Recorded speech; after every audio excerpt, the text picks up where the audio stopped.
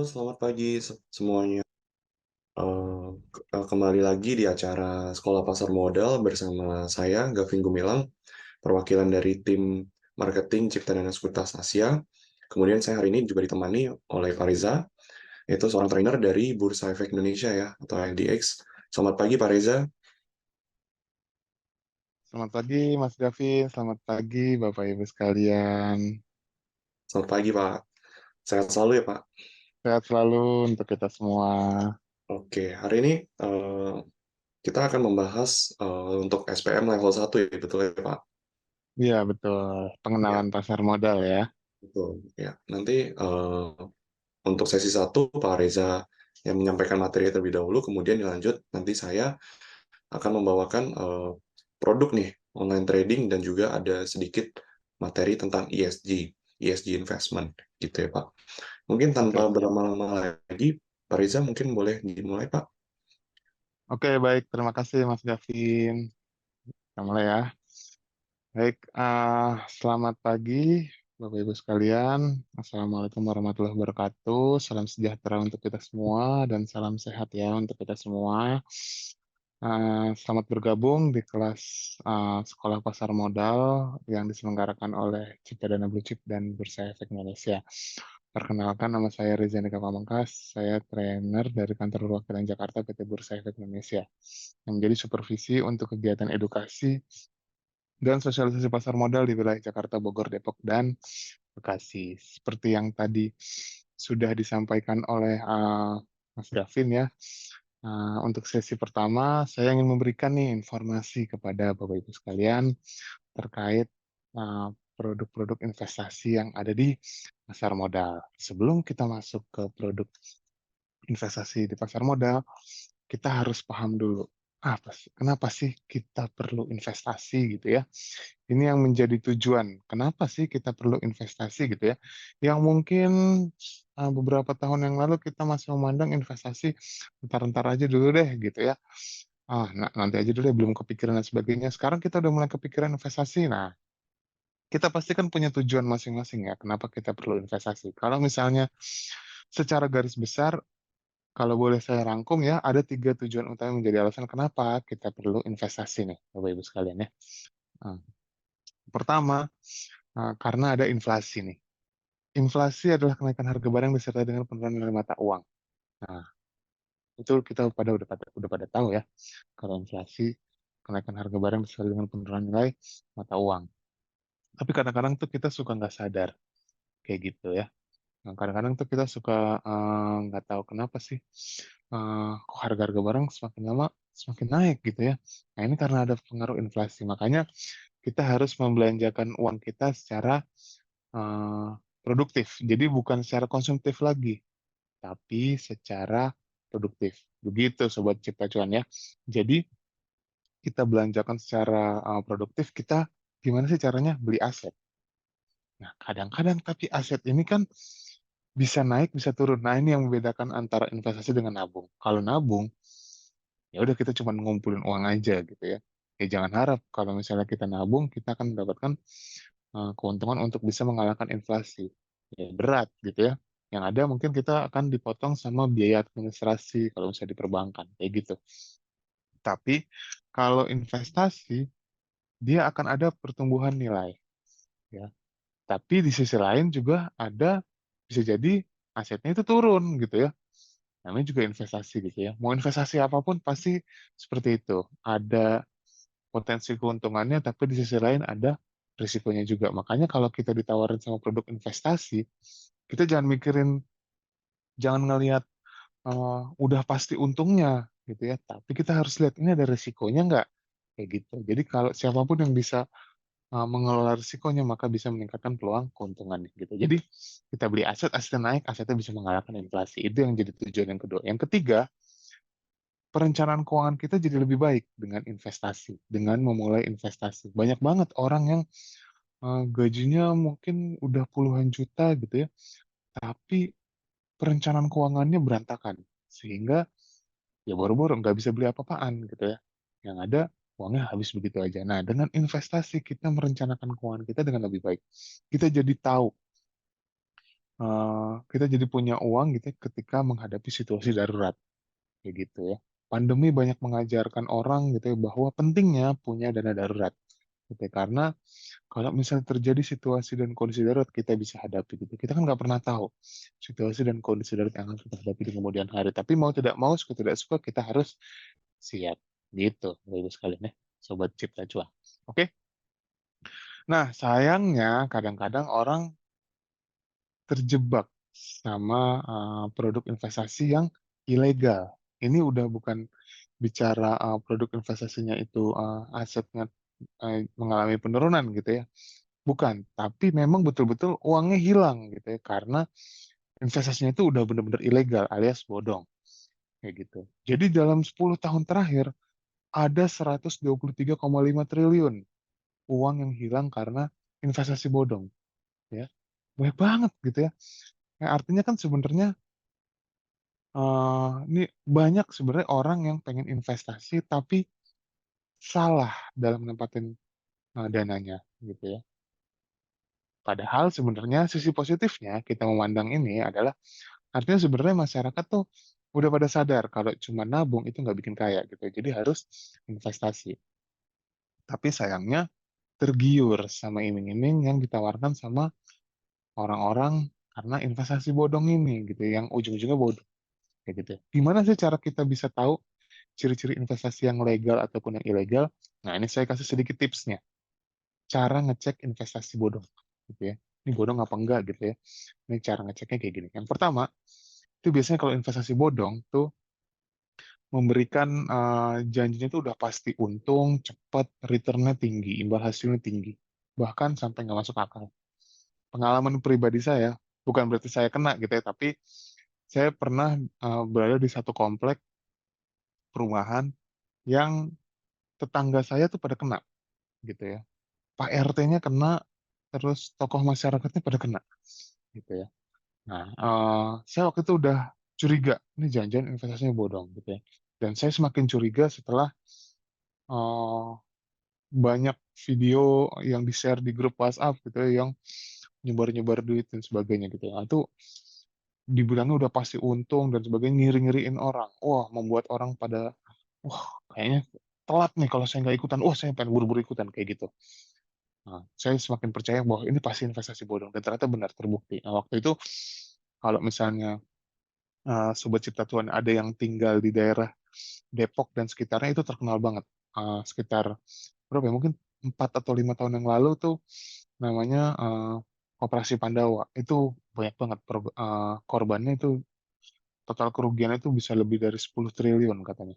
Kayak gitu. Nah, itu karena iming-imingnya dia menjanjikan iming-iming yang udah pasti nggak ada rugi setiap bulan 10% gitu ya. Jadi 10 bulan uangnya balik 100% plus dapat 100% lagi. Uangnya balik 100% plus dapat 100% lagi untungnya kayak gitu. Gila banget kayaknya. Jadi emang biasanya iming-imingnya kayak gitu.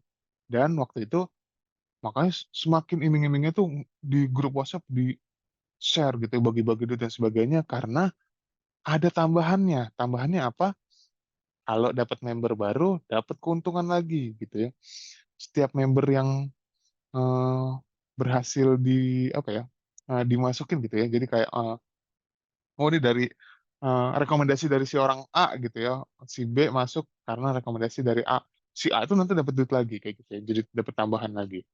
Nah itu biasanya ciri-cirinya kayak gitu, makanya diiming-imingin segala macam, udah ini orang pada sukses, wow langsung beli Fortuner depan mata gitu ya, langsung nambah rumah dan sebagainya. Wah itu biasanya kayak gitu tuh kalau ciri-ciri investasi bodong tuh diiming-imingin orang tuh dikipasin mulu gitu ya supaya bisa bisa segera store gitu ya dananya. Oh, itu harus hati-hati tuh Bapak Ibu sekalian. Kalau misalnya diiming-imingin kayak gitu. Ya. Terus yang ketiga tuh biasanya perizinannya nggak jelas. Gitu ya. Izinnya nggak jelas. Jadi ini kan produk investasi. Harusnya izinnya ya dari OJK gitu ya. Karena kalau misalnya kita ada produk investasi dengan melibatkan lebih dari 300 pihak, itu udah harus dapat izin dari OJK. Tapi bilangnya ini kan karena ini koperasi gitu ya. Padahal sebenarnya mengumpulkan uang dan produk investasi itu udah ngaco banget kayak gitu. Jadi izinnya nggak jelas. Atau kalaupun ada juga yang kemarin saya baca berita ya di salah satu portal berita online gitu ya, itu bilang ada bahkan ada yang mencatat OJK bilangnya dapat izin dari OJK padahal bodong gitu ya. Nah, itu juga harus hati-hati tuh. Jadi kita harus cross check juga. Cara cross checknya gimana? Mungkin bisa tanya ke OJK ya. Tanya, nelpon, email ataupun liatin ke websitenya kayak gitu ya. Jadi kita harus kritis deh pokoknya kalau misalnya ditawarin sama produk investasi yang iming-imingnya tuh, kayaknya menjanjikan banget gitu ya, nggak ada risikonya sama sekali dibilang kayak gitu. Itu harus hati-hati. Oke, seperti itu coba cuan, sobat cuan ya. Nah, terus bagaimana dengan produk investasi di pasar modal? Nah, kita masuk nih ke produk investasi di pasar modal, khususnya saham. Ya, sampai dengan saat ini kan Indonesia kan jumlah penduduk terbanyak ya di Asia Tenggara dan nomor nomor 4 ya di seluruh dunia ya. Penduduknya paling banyak. Tapi penetrasi orang yang berinvestasi di pasar modal, khususnya saham, itu masih kecil banget. Ya, baru sekitar 5 juta investor saham kayak gitu ya dari total 278 juta jiwa masyarakat Indonesia. Kenapa sih masih belum banyak orang yang paham tentang investasi saham gitu ya? Karena tidak lepas dari stigma-stigma ini. Kalau ngomongin tentang saham, yang pertama saham itu mahal, yang kedua itu bodong. Ini jadi hambatan juga nih. Dibilangnya investasi saham itu bodong gitu. Yang ketiga ini yang paling sering judi, dan yang keempat itu cepat bangkrut.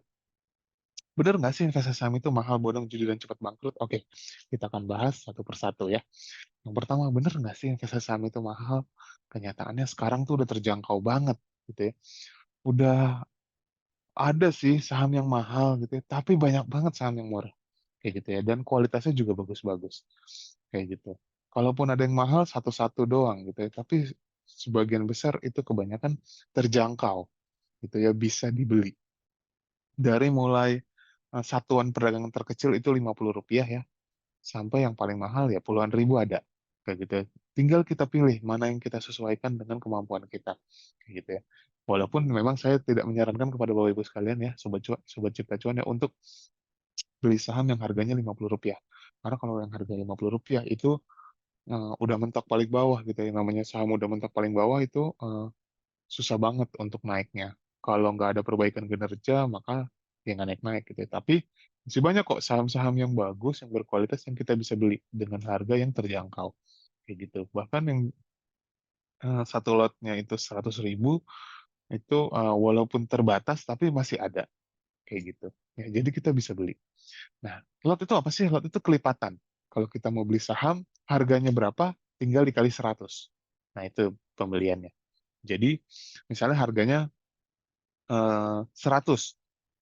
100 kali berarti kan kalau misalnya harga 100, 100 kali 100 udah 10 ribu. Dengan uang 10 ribu kita sudah bisa punya satu lot saham kayak gitu ya. Kalau misalnya harga 1.000 berapa? 1.000 kali 100 berarti 100 ribu kayak gitu. Jadi kita sudah bisa punya satu lot saham terjangkau gitu ya.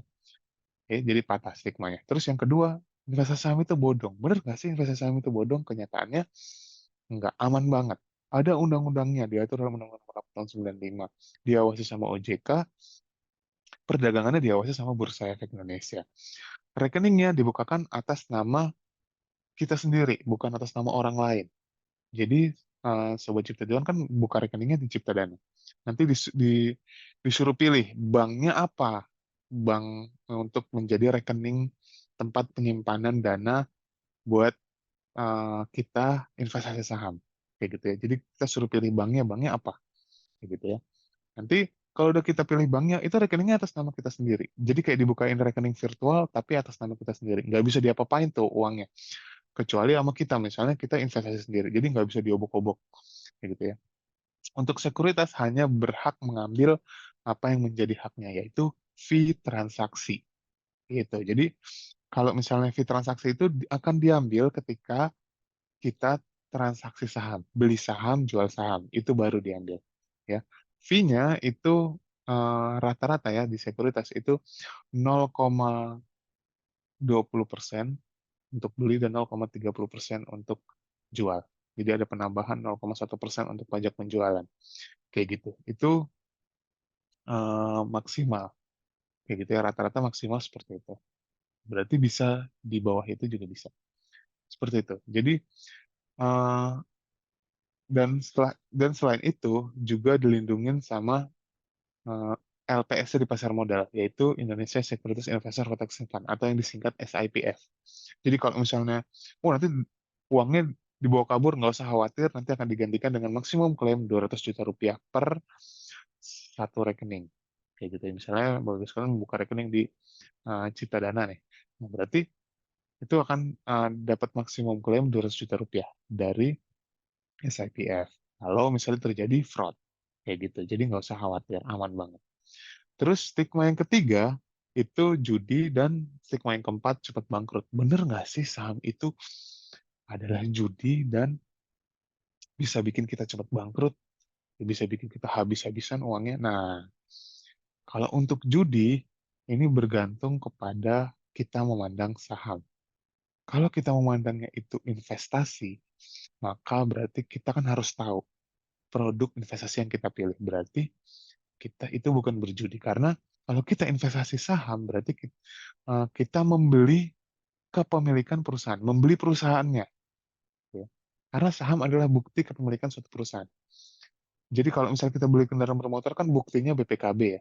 Kalau kita beli properti buktinya SHM. Kalau kita beli perusahaan buktinya adalah saham. Kalau kita beli saham berarti kita mendapatkan hak sebagai pembeli perusahaan, yaitu hak bersuara dalam rapat umum pemegang saham dan hak mendapatkan sebagian labanya. Gitu. Jadi selama perusahaan itu masih ada, kita tetap terdaftar sebagai pemilik perusahaan itu. Jadi yang kalau misalnya harganya misalnya turun, tapi perusahaan ini prospeknya bagus, ke depannya nanti akan meningkat terus kayak gitu ya. Itu berarti kepemilikan kita akan tetap ada. Kalau perusahaan itu eh, membagikan keuntungan, kita akan dapat keuntungannya juga. Jadi ini mematahkan stigma bahwa saham itu cepat bangkrut kayak gitu. Dari sisi syariah, perdagangan saham di Bursa Efek Indonesia itu sudah memperoleh fatwa halal dari Dewan Syariah Nasional Majelis Ulama Indonesia, fatwa DSN MUI nomor 80 tahun 2011. Jadi kalau kita belinya pakai uang kita sendiri, tidak menggunakan fasilitas dana pinjaman yang disediakan, terus kita juga belinya juga saham-saham yang sesuai dengan daftar efek syariah. Jadi ada daftar saham-saham syariah. Berarti kita sudah menerapkan prinsip syariah dalam berinvestasi di pasar modal Indonesia. Jadi bukan judi kayak gitu. Ya.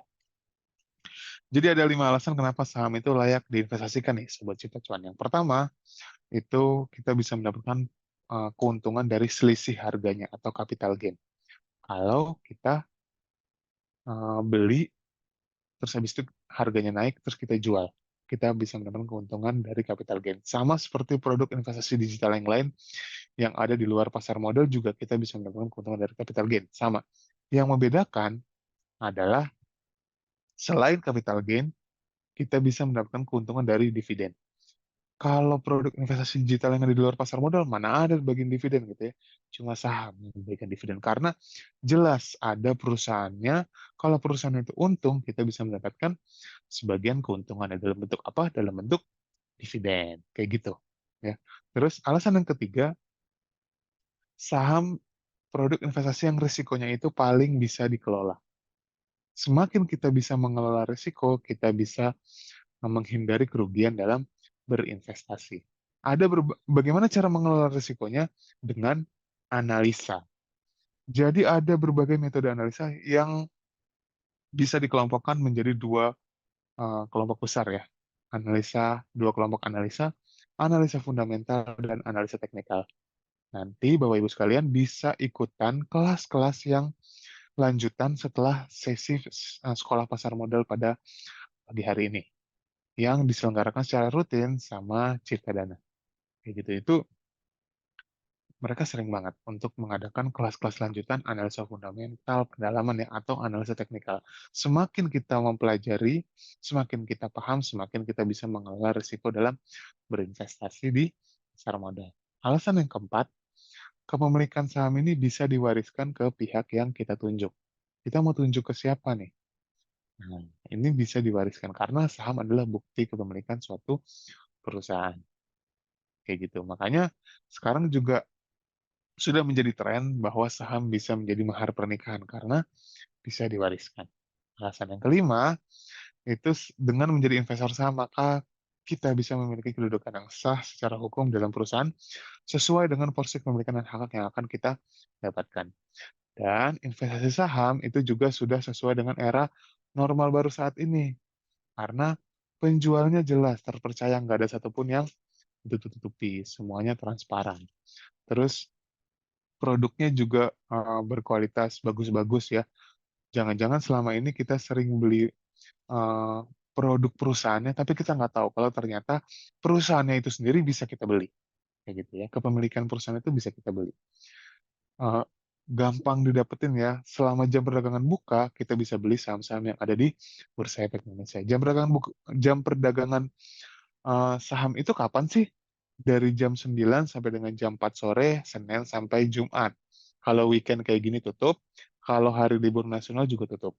Kayak gitu ya. Jadi kita nggak perlu tuh mantengin 1 kali 24 jam gitu ya. Atau kita misalnya beli akun robotnya, itu nggak usah. Karena kita cukup beli di hari Senin sampai Jumat, di hari kerja, dari jam 9 sampai dengan jam 4 sore. Itu banyak banget waktunya kita bisa beli. Gampang banget gitu ya.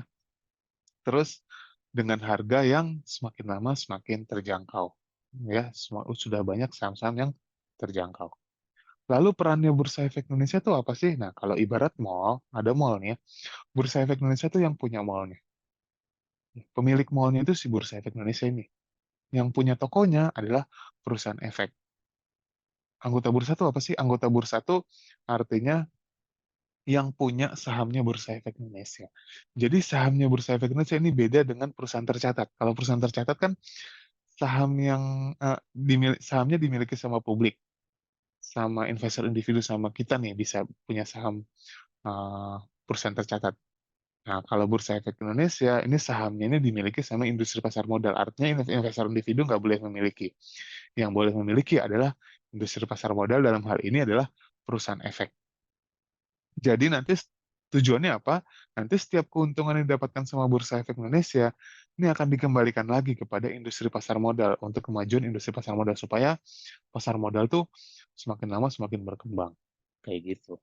Nah, barang-barang yang diperdagangkan, barang-barang perusahaan tercatat dalam bentuk saham ataupun obligasi gitu ya, atau surat utang ya, yang jadi pembelinya. Nah, ini investor, dalam hal ini investor kayak kita nih investor individu. Ada juga investor institusi kayak asuransi, dana pensiun, perusahaan, ataupun semua pihak yang butuh instrumen investasi kayak gitu. Ya. Nah, lalu saya ingin menjelaskan sedikit terkait dengan struktur pasar modal Indonesia. Seperti apa sih struktur pasar modal Indonesia? Nah, pemegang kekuasaan tertinggi di pasar modal Indonesia itu ada OJK. Jadi OJK tidak hanya mengawasi perbankan, asuransi, dana pensiun, tapi juga mengawasi industri pasar modal. Nah, di bawah OJK ada Bursa Efek Indonesia sebagai penyelenggara perdagangannya. Bursa Efek Indonesia dibantu sama dua anak usaha yang berdiri sejajar. Ada KPEI sebagai lembaga clearingnya, memastikan ketika kita beli saham, itu terima sahamnya, kalau kita jual saham, terima uangnya. Jadi mempertemukan antara penjual dan pembeli. Kayak gitu ya, memastikan terjadinya transaksi, match transaksinya terjadi. Kayak gitu. Nah, itu adalah KPEI. Lalu KSEI itu menjadi tempat penyimpanannya. Jadi kita punya saham di mana aja, kita punya obligasi di mana aja, kita punya reksadana di mana aja. Reksadana apa sih? Reksadana itu produk turunan. Produk turunan dari bisa dari saham, namanya jadinya reksadana saham, bisa jadi dari produk dicampur dengan yang lain, misalnya dicampur dengan obligasi atau surat utang, dicampur dengan pasar uang, juga bisa kayak dicampur dengan deposito gitu ya, namanya reksadana campuran, ada reksadana pendapatan tetap, itu masing-masing ada alokasinya. Nah, yang nyampur-nyampur tuh siapa sih? Atau yang mengelola itu siapa sih? Namanya manajer investasi. Jadi manajer investasi itu adalah anak perusahaan dari perusahaan efek, namanya manajer investasi. Jadi manajer investasi ini tugasnya untuk mengelola dana nasabah dalam bentuk portofolio yang namanya reksadana. Jadi kalau misalnya Bapak Ibu sekalian mau beli reksadana, itu tinggal menghubungi ke manajer investasi. Kayak gitu ya. Jadi gampang banget sekarang. Ya, itu bedanya sama saham apa? Kalau saham kita beli sendiri. Kalau reksadana itu sudah diatur, dibeliin kayak gitu ya. Jadi udah jelas, oh kita tinggal pilih aja produknya ini kita suka ya udah kita beli kayak gitu. Nanti dia yang akan mengelola si manajer investasi ini. Nah, kalau misalnya kita mau beli saham, kita menghubunginya ke perusahaan efek yang punya izin sebagai perantara pedagang efek. Ya, perantara pedagang efek. Nah, dalam hal ini misalnya, jadi misalnya kita pengen beli saham ya kita nggak menghubungi ke Bursa Efek Indonesia tapi menghubungi perusahaan efek yang punya perantara pedagang efek. Misalnya menghubungi ke Ciptadana. Jadi udah bener banget karena Ciptadana sudah punya izin sebagai perantara pedagang efek kayak gitu ya. Lalu kalau misalnya punya izin sebagai penjamin emisi itu apa sih? Jadi kalau mengantarkan perusahaan untuk go public, tujuannya supaya bisa mendapatkan pendanaan dari pasar modal. Daripada pinjam ke bank, nggak ada bunganya, agak berat, mendingan pinjam ke eh, sorry, daripada pinjam ke bank yang mendingan melepas sebagian kepemilikannya di pasar modal. Itu kan nggak kena biaya, gitu ya. Jadi bisa mendapatkan pendanaan, nanti bisa buat ekspansi usaha. Seperti itu. Ya, jadi itu tugasnya perusahaan efek yang punya izin sebagai penjamin emisi mengantarkan perusahaan yang lain untuk masuk ke pasar modal. Selain itu, ada lembaga dan profesi penunjang yang ada di pasar modal. Lembaga penunjang tuh ada Biro Administrasi Efek, nanti BA ini tugasnya mencatat siapa aja pemegang saham, siapa aja pemegang obligasi, siapa aja yang berhak menghadiri RUPS, yang berhak menerima dividen, itu BAE. Nanti BAE akan lapor ke KSEI. Kalau bank kustodian, bank yang ditunjuk sama perusahaan untuk menjadi tempat penyimpanan dana kita untuk transaksi saham. Jadi perusahaan sekuritas akan menghubungi BAE, akan menghubungi bank kustodian. Nah, ini tinggal pilih menunjuk yang bank untuk menjadi bank kustodian, tinggal pilih banknya. Kayak gitu. Lalu kalau wali amanat sama pemeringkat efek, ini pihak yang ditunjuk sama perusahaan kalau mau menerbitkan surat utang atau obligasi. Kayak gitu. Jadi menghubunginya ke wali amanat sama pemeringkat efek nih, si perusahaan nih. Supaya bisa menerbitkan surat utang. Nah, profesi penunjang ada akuntan, konsultan hukum, penilai, dan notaris. Lalu kemudian pemodalnya ada pemodal domestik, ada juga pemodal asing. Lalu produknya saham, obligasi, reksadana. Jadi ini struktur pasar modal Indonesia. Ya. Nah, sekarang kita balik lagi ke saham. Oke deh, saya jadi semakin tertarik nih untuk beli saham. Lalu pilih sahamnya saham apa ya? Sekarang tuh banyak banget. Ada 868 perusahaan tercatat. Banyak banget gitu ya. Cara pilihnya gimana ya? Cara pilihnya, nah, inilah pentingnya buat kita melakukan yang namanya screening. Jadi kita beli saham-saham yang ada di sekitar kita, yang paling kita tahu, yang paling kita kenal produknya. Kayak gitu. Kalau nggak kenal gimana? Kenalan dulu. Kenalannya gimana? Analisa. Kayak gitu. Jadi gampang banget. Caranya adalah screening. Ya. Screening yang paling gampang itu beli saham-saham yang ada di sekitar kita yang paling kita kenal. Kayak gitu ya. Screening yang lain gimana? Nah, ini saya ingin kasih satu alat bantu lainnya untuk kita memudahkan kita untuk screening saham. Namanya alat bantunya adalah indeks. Bursa Efek Indonesia sudah membuat lebih dari 40 indeks yang ada di yang udah ada kayak gitu ya. Kita tinggal pilih, kita sesuaikan dengan kriteria yang kita inginkan. Nah, indeksnya yang ingin saya kenalkan itu ada 7. Yang pertama dari 40 indeks yang ada 7. Yang pertama adalah indeks harga saham gabungan. Isinya 868 perusahaan tercatat. Semuanya itu berinduk ke IHSG. Lalu selain IHSG ada ISSI. Isinya adalah seluruh saham-saham syariah. Yang berbasis syariah itu ada ISSI. Lalu kemudian ada indeks LQ45. 45 saham-saham yang paling sering ditransaksikan oleh investor. Ya, ini indeks LQ45. Ini yang dibilangnya saham-saham blue chip ya. Kayak gitu. Ini 45 saham-saham yang paling sering ditransaksikan oleh investor. Yang lebih sedikit lagi ada nggak? Ada. IDX 30, itu 30 saham-saham. Jadi dari 45 dikerucutkan lagi menjadi 30.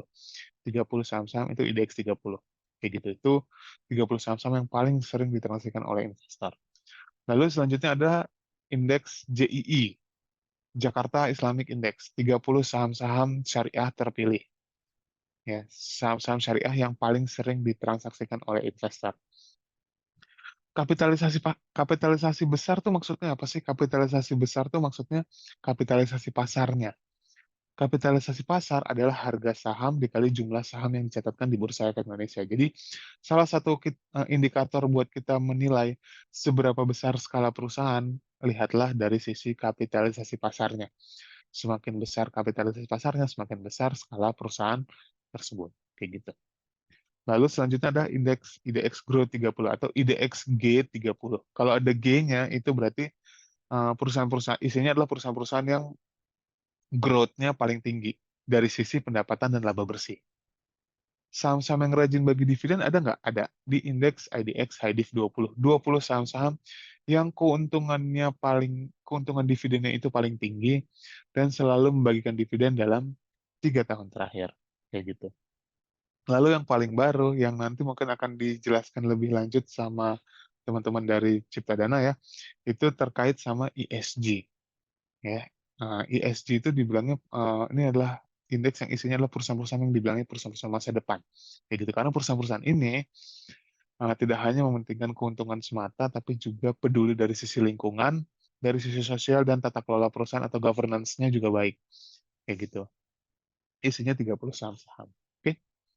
Nah, Bapak Ibu sekalian juga harus paham, ya, sebaiknya paham fungsi pengawasan dan perlindungan yang diberikan oleh Bursa Efek Indonesia dan anak usaha kami ya, untuk menciptakan pasar modal yang teratur, wajar, dan efisien, serta kredibel. Yang pertama, itu adalah eh, batas auto rejection. Jadi, harga saham dalam satu hari itu nggak bisa tuh naik 100% turun 100%, naik 1000% turun 1000%. Itu nggak bisa, ada batasnya. Nanti akan saya jelaskan setelah slide ini terkait sama batas auto rejection ini, serta kebijakan-kebijakan yang kami lakukan terkait perubahan batas auto rejection ini ketika pandemi dan yang saat ini sudah diberlakukan kembali atau dinormalkan kembali. Seperti itu. Lalu, fungsi yang lain ada unusual market activity. Unusual market activity itu adalah eh, keterbukaan informasi yang diberikan kepada investor supaya investor tuh tahu gitu ya, mana saham-saham yang bergerak tidak wajar atau tidak sesuai dengan fundamental. Kayak gitu. Namanya UMA. Jadi kalau tidak sesuai, sahamnya tuh bergerak liar atau bergerak nggak wajar, itu dikasih tahu. Namanya unusual market activity. Kayak gitu. Lalu selanjutnya ada trading halt atau dihentikan sementara perdagangan saham kalau IHSG turun 5%. Jadi dihentikan selama 30 menit. Kalau masih turun lagi 10%, dihentikan lagi 30 menit lagi. Kalau masih turun lagi, diberhentiin di hari itu. Besoknya baru dimulai kembali. Jadi diberhentiin total semuanya. Kayak gitu. Kalau turun 15% dalam satu hari. Ini untuk semua saham. Bursa Efek Indonesia juga bisa menghentikan sementara perdagangan saham spesifik terhadap satu saham. Kalau yang pertama itu pergerakan harganya tidak sesuai dengan fundamentalnya, atau buat perusahaan-perusahaan yang tidak patuh terhadap aturan, atau mungkin lagi sengketa di pengadilan, kayak gitu. Itu bisa dihentikan sementara perdagangan sahamnya sampai masalahnya selesai, kayak gitu. Terus investor, Bapak Ibu sekalian juga bisa memonitor portofolionya dalam satu platform, namanya Akses, kayak gitu. Terus bisa juga ada penjaminan yang tadi yang saya udah bilang ya. Jadi nggak usah khawatir uangnya nanti dibawa kabur, nanti akan digantikan sama SIPF dengan maksimum klaim 200 juta rupiah. Sama satu lagi, itu terkait sama tanda khusus yang diberikan sama Bursa Efek Indonesia. Jadi kalau misalnya ada situasi negatif terhadap suatu perusahaan, itu ada tanda khusus. atau notasi khusus, kayak gitu ya, supaya menjadi landasan dalam pengambilan keputusan Bapak Ibu sekalian, kayak gitu. Ya. Nah, tadi saya bilang ya, selama pandemi Bursa Efek Indonesia membuat beberapa kebijakan. Yang pertama kebijakannya adalah mempercepat jam perdagangan, jadi mempersingkat ya. Untuk sesi pertama dipersingkat selama setengah jam, untuk sesi kedua dipersingkat selama 1 jam. Sekarang pandemi kan sudah berakhir ya, boleh dikatakan sudah berakhir ya. Orang sudah mulai aktivitas secara normal lagi, pelan-pelan kami kembalikan lagi. Pertama jam perdagangan itu dinormalkan kembali menjadi jam 4 dari jam 9. Kayak gitu ya. Jadi untuk sesi pertama dikembalikan lagi yang tadinya 11.30 sudah selesai di Senin sampai Kamis, sekarang jam 12 sudah selesai kecuali untuk hari Jumat karena kan ada sholat Jumat kayak gitu ya. Terus untuk sesi kedua yang tadinya selesai jam 3 selama pandemi jadi jam 4 normal kembali kayak gitu. Ya, itu yang perubahan-perubahannya tuh yang di bold ya. Bapak Ibu sekalian bisa lihat sendiri. Lalu yang kedua itu terkait sama batas auto rejection. Tadinya selama pandemi batas auto rejection untuk bawahnya itu semua 7% mentok. Sekarang pelan-pelan kami kembalikan lagi, nanti akan disamakan seperti batas atasnya. Batas atasnya itu bergantung kelompok harga sahamnya. Kalau kelompok harga saham 50 sampai dengan 235%, 200 sampai dengan 5.000 25%, dan di atas 5.000 20%. Pelan-pelan kami kembalikan lagi. Untuk tahap pertama, yang tadinya 7% jadi 15%, berlaku sampai dengan saat ini. Nanti per 4 September diberlakukan eh, simetris, sama antara naik dan turunnya. Seperti itu. Ya. Selain itu, ada kebijakan-kebijakan yang lain yang terkait sama waktu perdagangan efek yang berlaku di pasar tunai dan pasar negosiasi yang Bapak Ibu sekalian bisa lihat sendiri dengan scan QR code ini, nanti bisa lihat siaran persnya. Kami sudah menerbitkan siaran persnya untuk lebih detail mengatur terkait waktu perdagangan efek di pasar tunai dan pasar negosiasi. Seperti itu, ya. Oke, kalau mau tahu lebih lanjut bisa follow media sosial kami, ada Facebook, Twitter, Instagram, YouTube, ada juga TikTok. Ya, silakan Bapak sekalian follow. Kalau misalnya mau tahu acara-acara yang terjadi dari Jakarta, Bogor, Depok, dan Bekasi, silakan juga follow Instagramnya Kantor Perwakilan Jakarta Bursa Efek Indonesia di @idx_jakarta. Jadi selain Instagramnya @Indonesia Stock Exchange, Instagramnya Bursa Efek Indonesia, juga bisa follow @idx_jakarta untuk kantor perwakilan Jakarta. Oke, demikian dari saya. Terima kasih. Saya kembalikan lagi kepada Mas Gavin dan teman-teman dari Cekadan. Silakan. Oke, terima kasih Pak Reza atas pemaparan materinya. Oke, mungkin saya ingin sharing terlebih dahulu tentang ESG ya Pak. Silakan.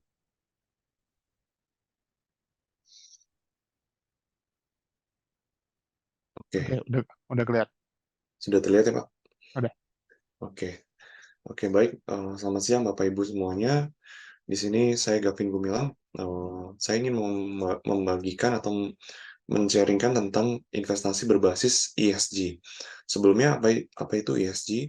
ESG adalah faktor yang mempertimbangkan nih tentang aspek lingkungan, kemudian sosial dan tata kelola perusahaan atau governance ya. Salah satu contohnya misalkan dari dari faktor lingkungan atau environment itu misalkan kita mempertimbangkan bagaimana perusahaan itu mengelola emisi karbonnya, kemudian mengelola energinya, bagaimana mereka mengendalikan limbah, mengendalikan polusi yang mereka hasilkan. Kemudian dari faktor sosial, mereka juga mempertimbangkan atau memperhitungkan yaitu misalkan kesetaraan gender terhadap karyawannya, kemudian pemberdayaan karyawan atau melibatkan komunitas tertentu gitu ya eh, dalam pelaksanaan kegiatan usahanya. Kemudian dari sisi tata kelola atau governance, perusahaan ini dinilai dari independensinya yaitu jajaran direksi, kemudian jajaran komisaris, apakah manajemen yang mengatur atau mengelola perusahaan itu transparan atau secara adil atau enggak gitu. Nah, Ini faktor-faktor yang mempertimbangkan ESG ya.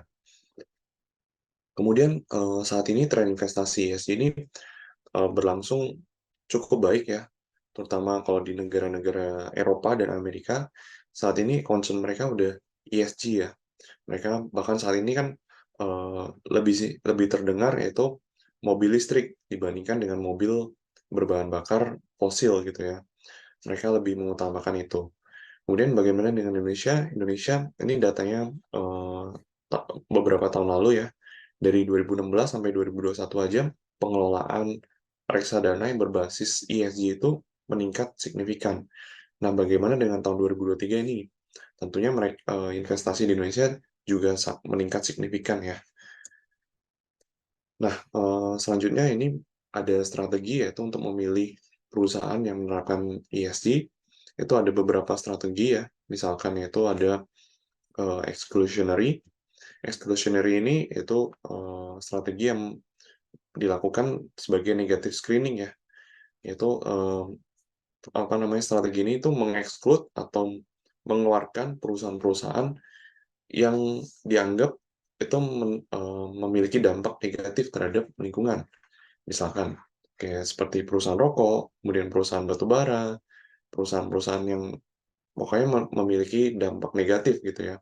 Nah, ini bisa juga digunakan gitu ya strategi ESG ini. Kemudian selanjutnya di sini juga ada strategi namanya best in class. Ini kebalikannya dari yang exclusionary ya.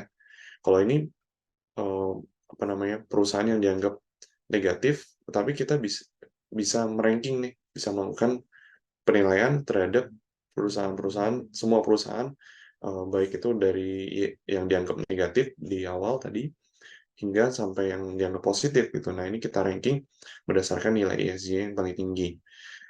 Kemudian di sini juga ada ESG integration. Ini lebih kompleks lagi ya, yaitu manajer investasi itu melakukan integrasi ya dari berbagai faktor, misalkan faktor lingkungan, sosial, tata kelola ya dalam mereka menganalisis perusahaannya. Kemudian di sini juga ada namanya sustainability team investment, yaitu atau investasi tematik ya. Nah, ini di sini temanya tuh tentang ESG, makanya perusahaan-perusahaan yang bergerak di bidang renewable energy atau EBT, energi baru terbarukan, itu akan eh, mendapatkan nilai yang lebih bagus ya, mendapatkan nilai yang positif. Itu. Kemudian di sini juga ada yang namanya green bond, yaitu bentuk utang yang mendukung atau apabila perusahaan memiliki agenda-agenda yang dianggap green ya, dianggap hijau gitu. Misalkan ini perusahaan kendaraan listrik, kemudian perusahaan-perusahaan energi baru terbarukan, dan lain-lainnya.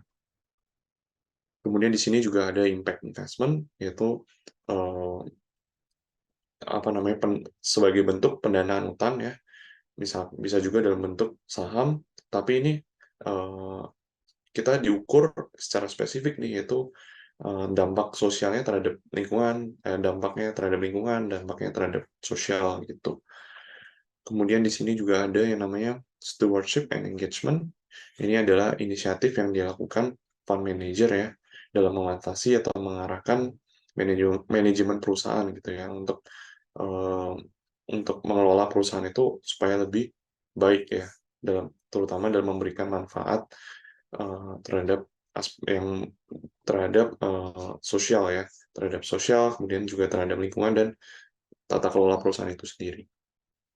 Nah, mungkin masih banyak yang bingung ya bagi teman-teman semua atau Bapak Ibu semua yang eh, sebenarnya penerapan ESG ini susah nggak sih gitu. Nah, ini di sini ada solusi yang sederhana yang bisa diberikan, yaitu Bursa Efek Indonesia itu memberikan yang namanya indeks ya. Jadi Pak Reza juga udah sempat mention beberapa indeks yang kayak RQ45, kemudian ada Jakarta Islamic Index. Nah, di sini juga ada yang namanya ESG Index ya. Yang paling terkenal nih ada dua, yaitu ESG Leaders dan juga Sri KHT. Nah, dari ESG Leaders ini berdasarkan penilaian dari Sustainalytics ya. Jadi mereka memilih atau menyortir saham-saham yang dianggap paling ESG gitu. Kemudian kalau dari Sri KHT, ini ada 25 perusahaan yang disortir atau dipilih oleh SRI ya, Sustainable and Responsible Investment, atau yang memiliki apa namanya, memiliki usaha-usaha yang berkelanjutan gitu ya. Kemudian, nah ini ada contohnya ESG Leaders. Ini ada 30 perusahaan ya. 30 perusahaan, contohnya ini. Kemudian di sini juga ada indeks Sri KHT, yaitu jumlahnya 25. Kemudian untuk saat ini, indeks Sri KHT ini juga meluncurkan indeks ESG baru nih, yaitu namanya ESG Quality 45 dan kemudian ESG SL ya nih. Kemudian di sini apa sih perbedaannya? Kalau di Sri KHT ini ada cuma 25 saham, kalau di ESGQ 45 nih ada 45 saham ya. Tentunya mereka memiliki pertimbangan-pertimbangan tertentu dalam memasukkan saham-saham yang termasuk dalam indeks tersebut. Gitu. Nah, ini strategi mereka ya untuk menyeleksi gitu. Mungkin dari fase pertama mereka lihat dari market cap-nya dulu, kemudian dari total aset atau dari sisi perusahaannya, kemudian mereka melakukan filtering secara core bisnisnya, yaitu eh, apakah ini perusahaan termasuk yang tadi ya, yang negatif, seperti perusahaan rokok, perusahaan batubara, dan lain-lain. Kemudian di sini kita melakukan penilaian ya, melakukan assessing, penilaian dari sisi aspek ESG-nya, yaitu environment, social, dan governance. Itu mungkin ini sekilas untuk pengenalan ESG-nya. Kemudian selanjutnya saya juga akan mengenalkan ya produk kita, yaitu Ciptadana Blue Chip. Oke.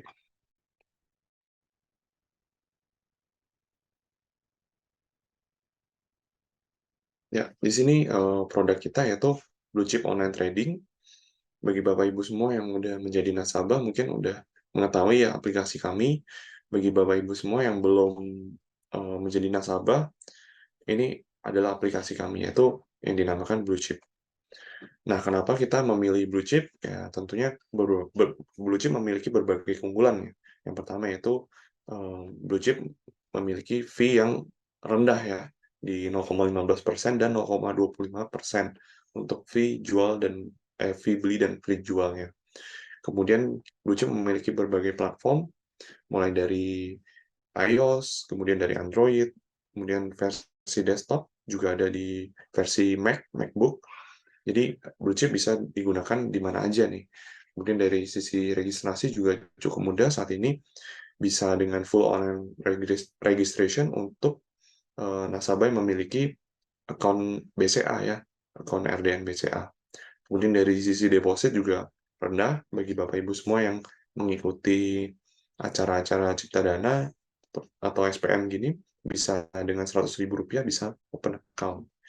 Kemudian dari user interface-nya juga friendly dan tentunya juga aman. Nah, ini berbagai produk kami seperti ini. Nah, ini untuk tampilan dari mobile. Di sini kami ingin memperkenalkan, yaitu di sini kami memiliki fitur baru yang dinamakan Advanced Order ya. Di sini Advanced Order ini yaitu Bapak Ibu semua bisa melakukan order menggunakan GTC atau yang bisa dikenal dengan Good Till Cancel.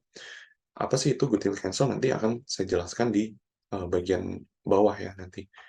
Nah, ini untuk tampilan buy and trade-nya, buy and sell, kira-kira seperti ini. Kemudian ini juga ada tampilan portfolio, kemudian tampilan bid over, seperti ini.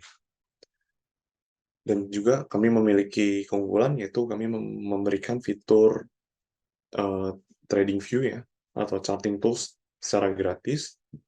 Dan juga kami ada Chiptionary atau kamus bahasa saham nih, bagi Bapak Ibu semua yang masih asing atau masih awam dengan istilah-istilah di saham, bisa mengecek di sini langsung. Kemudian kami juga memiliki yang namanya stock screener nih. Nah, ini juga salah satu keunggulan kami, yaitu kami memberikan yang namanya pick of the day. itu analisis yang diberikan oleh tim analis Ciptadana. Ya, untuk bagian daily ini bisa menjadikan bahan pertimbangan Bapak Ibu semua untuk trading harian gitu ya. Kemudian di bagian stok, di bagian sektor nih Bapak Ibu semua bisa menemukan research report gitu ya, atau report yang diberikan oleh tim analis kami gitu. Nah, ini yang tadi saya sebutkan yaitu good deal cancel. Good deal cancel ini itu apabila Bapak Ibu semua ingin order saham atau ingin membeli atau menjual saham gitu ya. Namun harganya itu masih di luar range Bapak Ibu yang inginkan gitu ya. Bapak Ibu semua bisa memasukkan ini, bisa menggunakan fitur ini. Jadi misalkan Bapak Ibu ingin eh, apa beli saham, misalkan di sini ADMR. Saat ini harganya 955. Misalkan Bapak Ibu semua ingin membeli di harga di harga 800 gitu. Bisa juga. Jadi memasukkan harga di 800. Atau posisi saat ini bisa ini contohnya ingin menjual di saham ADMR di 1.500. Bapak Ibu semua bisa memasukkan di 1.500 nih, di angka 1.500. Kemudian di sini juga ada yang namanya advance order. Advance order ini lebih ke conditional price ya. Jika apa namanya nanti misalkan ini saham ESAS menyentuh harga 700 gitu, saham Bapak Ibu akan eh, akan terjual atau akan terbeli gitu ya. Ini conditional price. Kemudian di sini tampilan dari website kami seperti ini. Nah, ini juga di website, di versi website kami memberikan yang namanya trading view dan ini datanya real time ya. Kemudian ini untuk versi desktop kami seperti ini tampilannya. Kemudian ini juga versi desktop.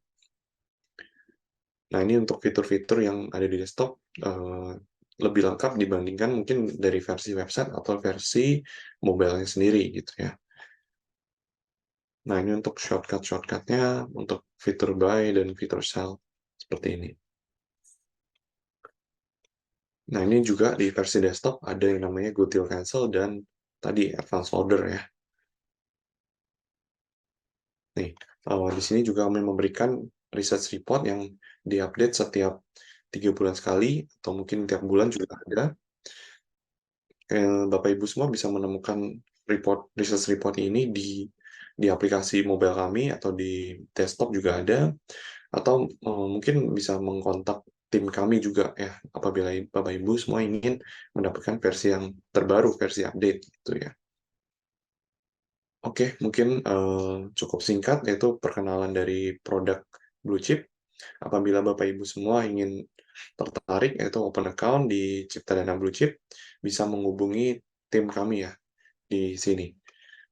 Oke, mungkin saya kembalikan lagi, saya stop share dulu. Mungkin saatnya sesi tanya jawab nih Pak. Ya, Mungkin bagi Bapak Ibu semua yang ingin mengajukan pertanyaan, bisa menuliskan pertanyaannya di kolom chat atau di kolom komentar ya Pak. mm. Ada yang mau bertanya, Bapak Ibu sekalian?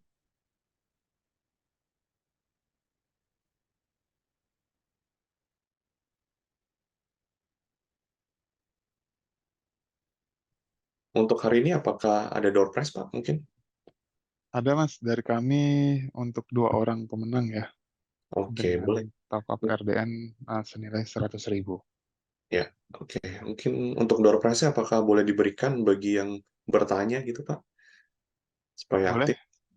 Boleh? Silakan Bapak Ibu sekalian untuk pertanyaan terbaik ya. Iya, Nanti akan betul. diberikan tambahan top up RDN senilai 100.000 untuk 2 orang pemenang. 2 orang penanya terbaik.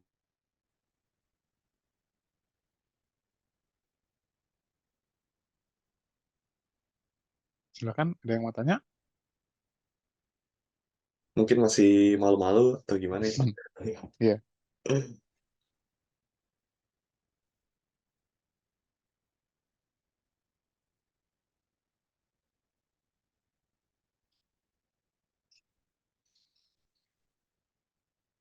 Hmm, Untuk visual fee belinya berapa? Mas Gavin, untuk di Ciptadana? Untuk fee beli di 0,15% dan fee jual di 0,25% ya, Pak. Hmm, berarti di bawah itu ya, lebih murah ya daripada rata-rata Iya, betul. eh, batas maksimalnya ya. Rata-rata Iya, kebanyakan kan di 0,20 dan 0,30 ya, untuk betul. dividen Dan kami jualnya. tidak ada biaya bulanan ya, Pak. Tidak ada biaya administrasi. Dan kami juga, kalau setiap transaksi di atas 10 juta kan biasa di platform lain dikenakan biaya materai ya, 10.000. Mm-mm. Kalau di Ciptadana Blue Chip sendiri, biaya materai itu kami tanggung ya, Pak. Jadi ini Oh, juga kelebihan dari Ciptanana Blue Chip gitu. hmm. Bisa apa namanya hemat 10.000 setiap transaksi di atas 10 juta.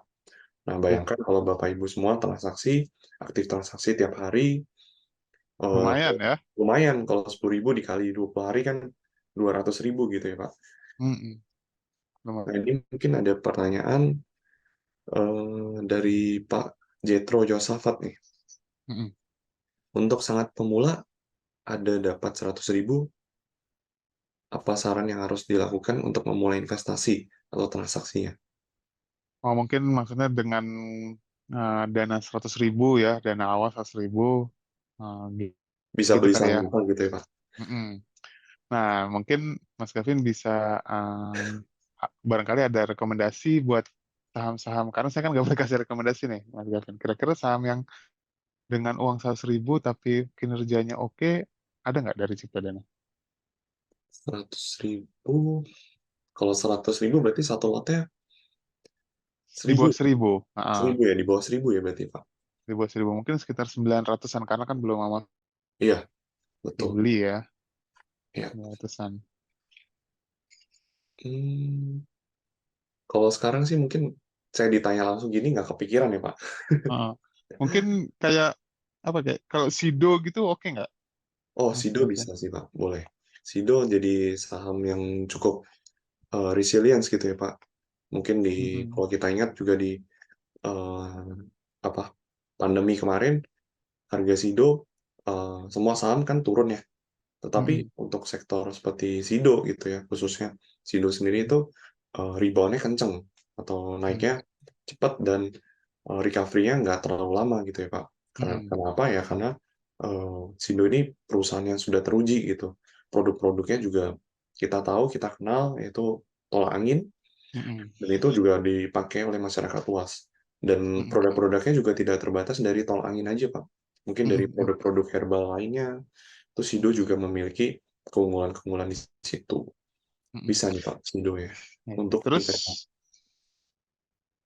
ngelihat gitu ya, apa, ada rekomendasi dari sekuritas yang lain lah gitu ya. Hmm, Terus ngelihat, wah ternyata emang tinggi juga naiknya tuh pas perdagangan kemarin itu sahamnya S Hardware gitu ya. Itu juga betul, kayaknya S1. murah tuh.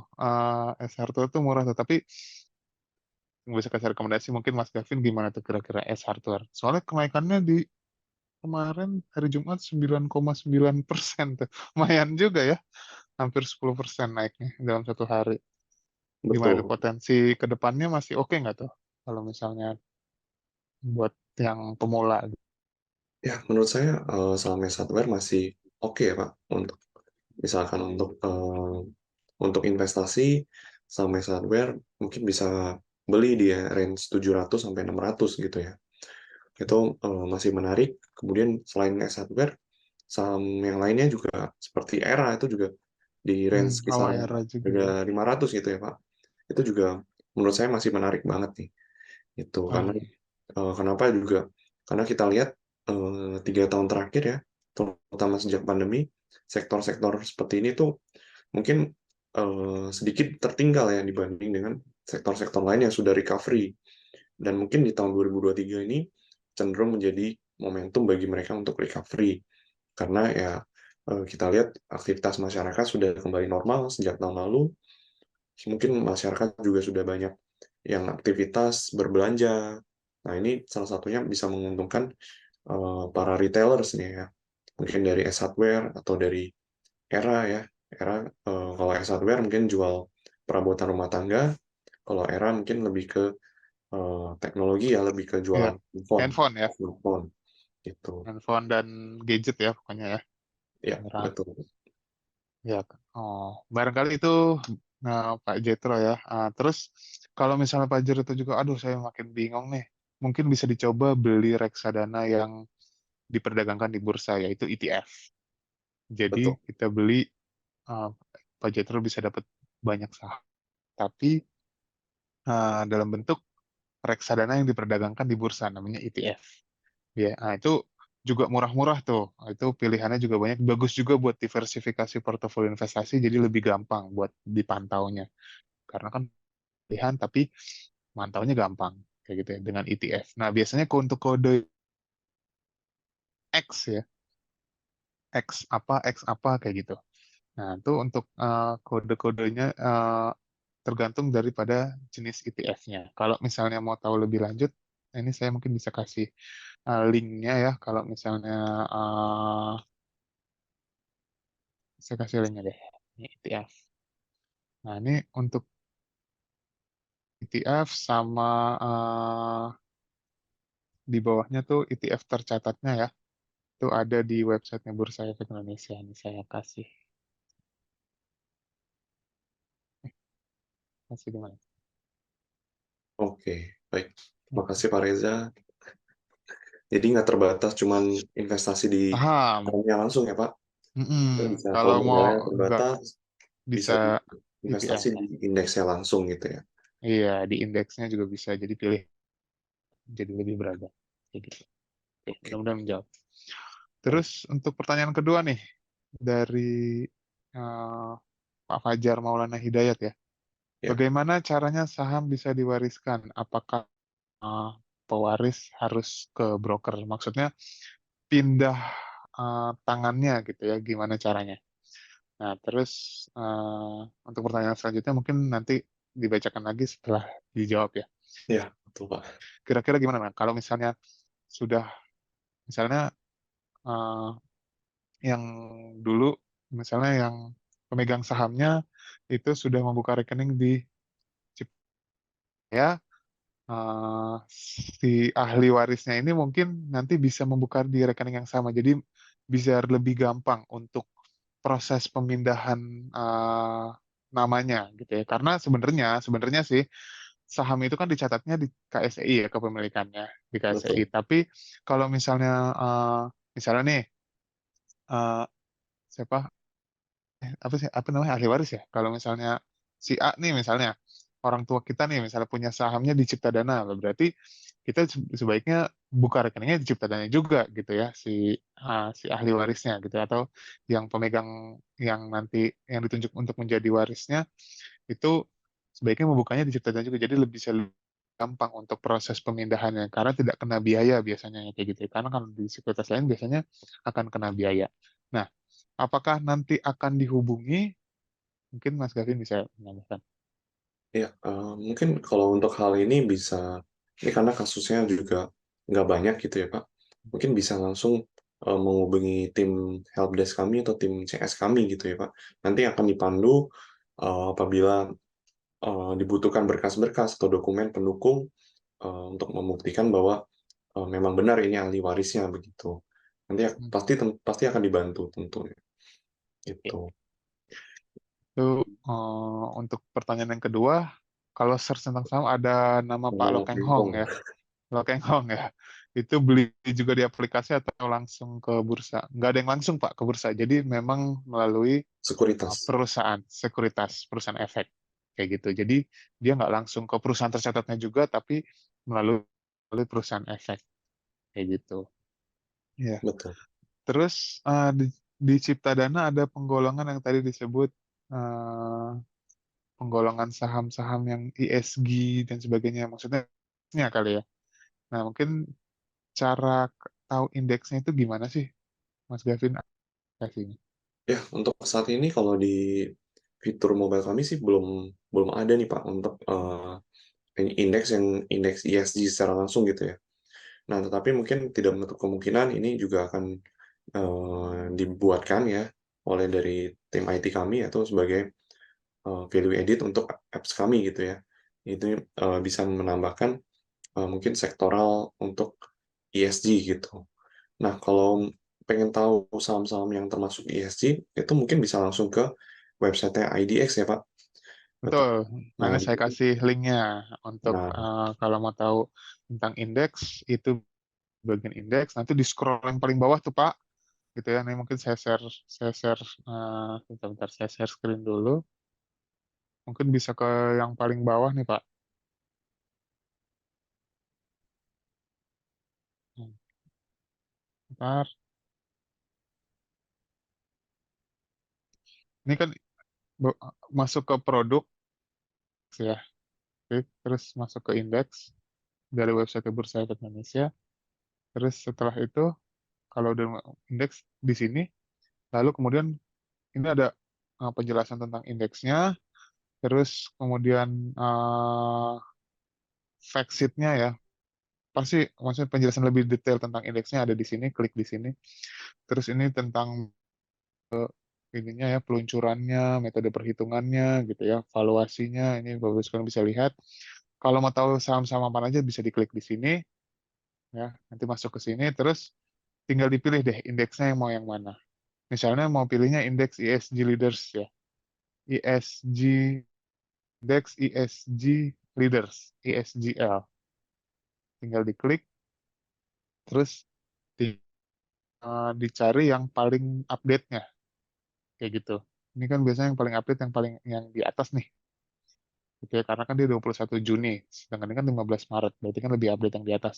Tinggal diunduh aja, nanti bisa ketahuan ininya apa daftar indeks saham-sahamnya apaan aja, begitu. Kira-kira. Jadi mudah-mudahan menjawab ya untuk Pak siapa? Pak Fajar. Gitu. ya, oke. Terima kasih Pak Reza ya. Oh iya, Kemudian, kita kita juga ada aplikasi yang baru launching nih. Namanya ada di Play Store. Barangkali Bapak Ibu sekalian mau mau lihat-lihat gitu ya, silakan. Itu bisa aplikasi IDX Mobile. Jadi nah supaya bisa aplikasinya lebih apa Pak? gampang. IDX Mobile. IDX Mobile, Pak. Neo IDX Mobile. Neo Tuh. IDX Mobile. Hmm. Oke. Baik, untuk pertanyaan selanjutnya, selamat pagi Pak. Izin bertanya, menurut Bapak bagaimana cara mengelola resiko dalam investasi saham? Dan strategi apa yang dilakukan untuk melindungi portfolio saham dari fluktuasi pasar dan kerugian potensial? Terima kasih. Mungkin ini Pak Reza mau membantu atau saya dulu, Pak? Boleh silakan, Mas Kevin.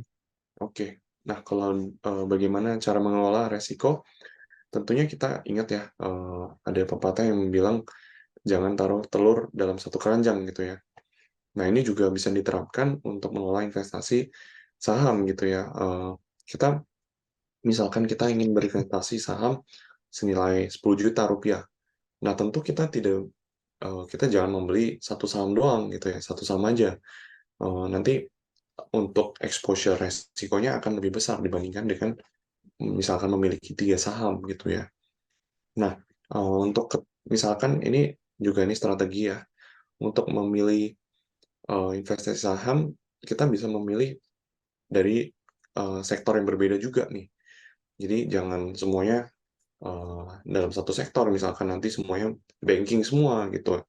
Nanti sama aja. Jadi kayak misalkan sektor banking lagi turun, portfolio portfolio Bapak atau Ibu juga akan terkena dampaknya gitu ya.